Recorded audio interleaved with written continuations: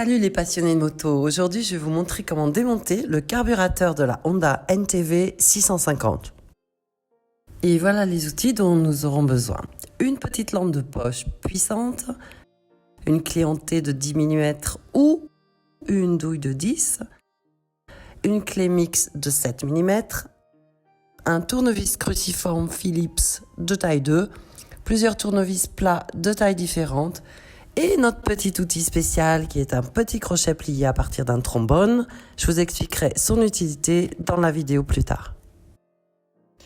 On va commencer par la chambre. J'ai déjà démonté les tuyaux, mais je vous conseille de prendre une photo pour vous souvenir de leur position lors du remontage. Et faites aussi une photo de ce collier pour savoir où le replacer. Maintenant, on va pouvoir retirer le couvercle de la chambre du flotteur qui est fixé avec 4 vis cruciformes. Une fois les 4 vis enlevées, vous pouvez soulever délicatement le couvercle vers le haut.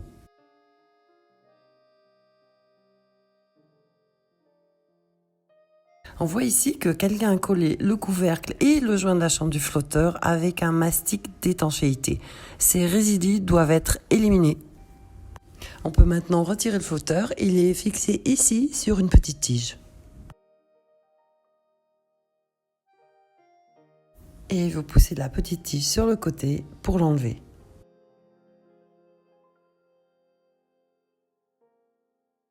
Une fois que c'est fait, vous voyez que le pointeau du flotteur est attaché au flotteur. Il vous suffit juste de pousser le pointeau du flotteur hors de la petite languette métallique.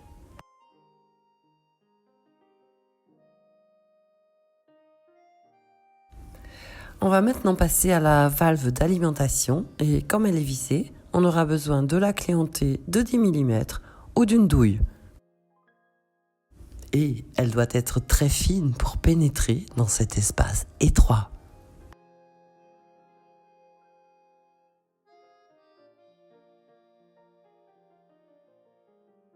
Voilà à quoi ressemble la valve d'alimentation. Elle a un joint d'étanchéité et un filtre à l'arrière qui aide à filtrer toute saleté qui pourrait provenir du carburant. Et on peut continuer avec les gicleurs. Ici, il y a le gicleur du système de ralenti. Et c'est ici que se trouve le gicleur principal avec le porte-gicleur. Je vais d'abord retirer le gicleur du système de ralenti, là, ici. Et surtout, assurez-vous toujours d'utiliser le bon outil pour ne pas risquer d'endommager les gicleurs. Et voilà à quoi il ressemble. Maintenant, nous allons retirer le gicleur principal du porte-gicleur. Pour cela, utilisez la clé de 7 mm ou vous pouvez aussi laisser le gicleur principal dans le porte-gicleur ou utiliser un tournevis plat pour le retirer. C'est au choix.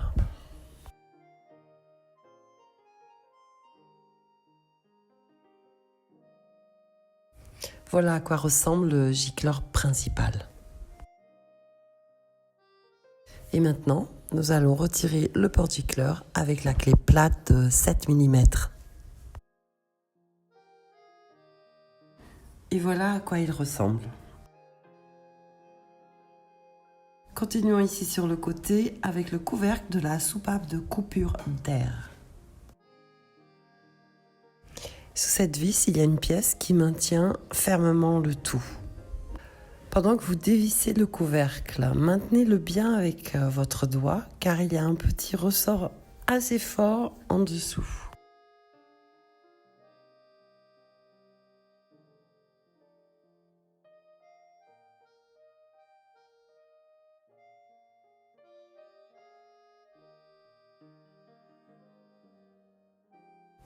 Ensuite, on peut soulever délicatement le couvercle vers le haut. Et ici se trouve le ressort qui maintient la valve en place. On peut enlever le ressort très facilement. Maintenant, nous pouvons retirer la soupape. Vérifiez bien qu'elle n'est pas du tout endommagée. Et là, il y a ce petit joint d'étanchéité que nous allons aussi retirer. Continuons avec le couvercle du boisseau fixé avec 4 vis cruciformes. Je les dévisse en maintenant mon doigt sur le couvercle car il y a aussi un ressort en dessous. Les vis étant dévissées, je soulève le couvercle avec précaution. Le ressort peut être retiré tout simplement. Ici, vous avez la membrane. Vous pouvez immédiatement la vérifier pour d'éventuels dommages et voir si elle a toujours la bonne forme, car elle a parfois tendance à se contracter légèrement. Et nous pouvons maintenant retirer le piston. Si vous regardez à l'intérieur, là, maintenant, vous verrez une pièce en plastique. Celle-ci doit être retirée pour pouvoir extraire l'aiguille de demi-charge.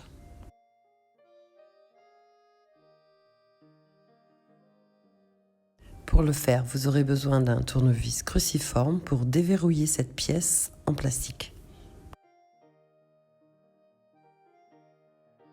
Maintenant, vous pouvez laisser tomber l'aiguille de demi-charge du boisseau et voilà à quoi elle ressemble.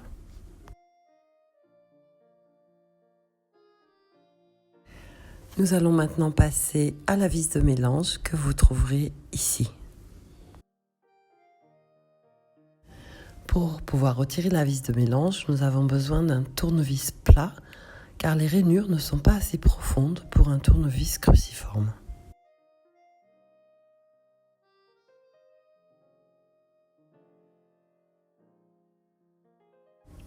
Voici la vis de mélange sous laquelle se trouve le ressort.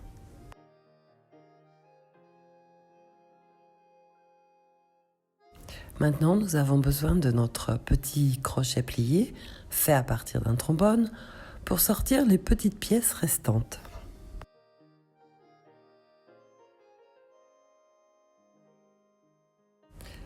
Le mieux est encore d'éclairer l'intérieur avec une petite lampe de poche assez puissante et on y voit une petite rondelle et le joint torique.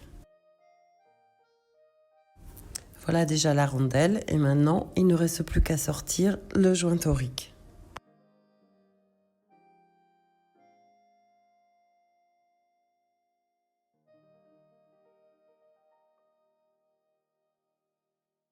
Ça peut prendre un peu de temps, mais voilà le joint torique. Et voilà, le carburateur est prêt pour le nettoyage à ultrasons. J'espère que vous avez apprécié le démontage. Merci de vous abonner à ma chaîne pour me soutenir gratuitement. Et n'oubliez pas de me mettre un pouce levé pour montrer à YouTube que vous avez aimé la vidéo. À la prochaine fois, Oncle Carbu.